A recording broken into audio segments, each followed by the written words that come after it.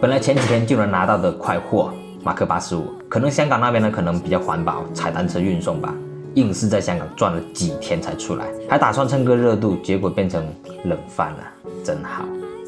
Hello， 大家好，这里是王先生。今天我们要介绍的是这款新出锅的马克85 Hot Toys。这款热度本来就挺高的，毕竟是 Tony 的最后一个机型嘛。可是 Hot Toys 这个销售鬼才把热度炒得更高了，因为它搭配了一个连 Tony 他妈都不认识的头雕，导致各大玩家都不买账，纷纷要求更换之前宣传图的头雕。香港那边甚至都已经出现了集体诉讼的情况。但是 Hot Toys 最后也是算妥协了，答应后续出货呢会更换新的头雕，因此大货出货时间呢又要延迟1个季度，然后就出现了退款潮。日你妈，退钱！你对得起我们吗？其实这头雕呢正面看真的不行，有人说像张震，也有人说像香港的一个演员，我也不知道什么名字忘了，我感觉也有一点点刘德华的味道。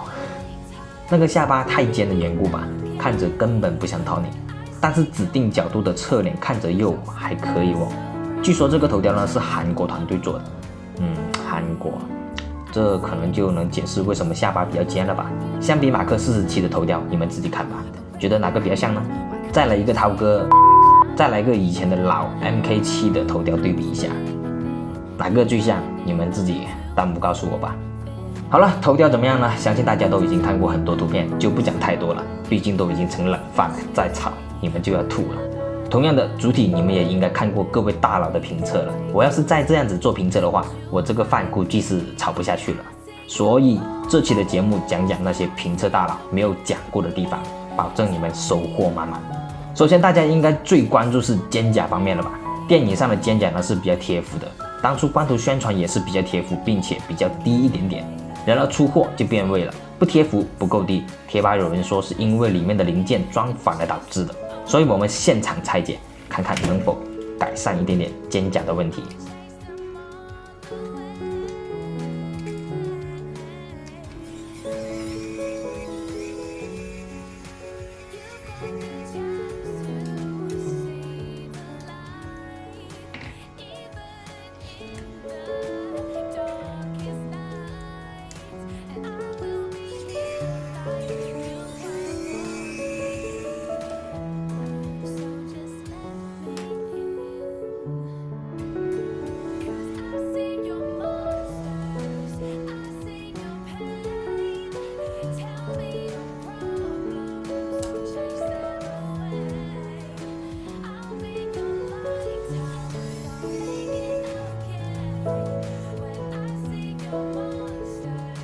这是没有更改之前的效果，可以看到缝隙是很大的。然后现在把它拆开，把这个零件180度翻转，再装进去。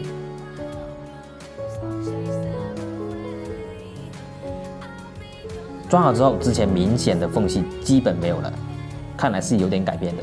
现在组装回去看看效果怎么样。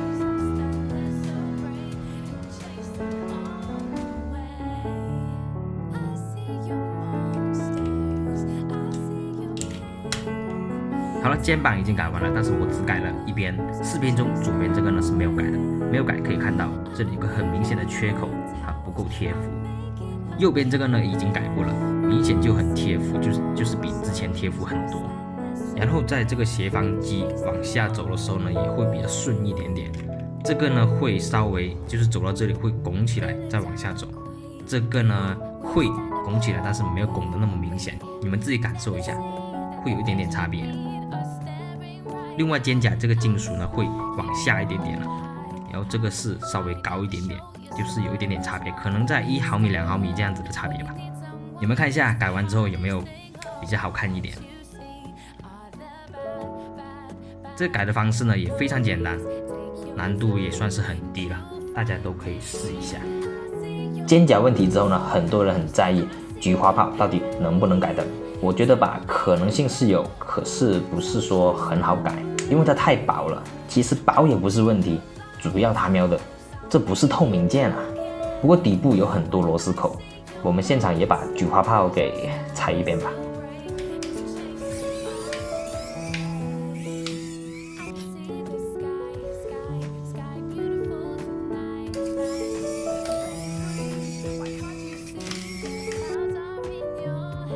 拧掉一大把螺丝之后，每一个菊花花瓣都可以轻松取下。花瓣是分成2层对合组装起来的，但是粘得很死。时间关系呢，我现在暂时不拆这个了。但是这些小零件是可以单独拆开的，这样子对于改装来说呢，还是一件好事。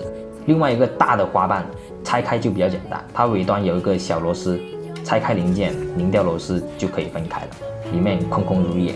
其实这个零件空间挺大的，它整体宽度都比手指还要粗不少，所以这么大的配件竟然不加灯，实在是太可惜了。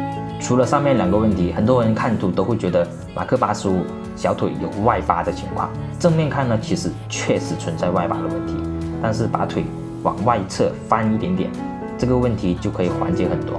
只有直直站着的时候才会比较明显，反正我很少直直的站着，所以对我来说影响不是很大。还有小手臂拔掉之后，里面的电源接触设计和马克50一模一样，那能不能使用马克50的武器呢？另外一个手臂能不能拆呢？答案是可以的。手臂的接口和马克50一模一样，所以它的配件也可以顺利的装上去。一开灯，咣，帅气吧？另外一个手臂拆卸之后，可以装马克50的小手臂，再配上马克50的小手炮，再开灯，咣，效果还是非常不错的。虽然不是它的配件，但是也没差，帅就可以了。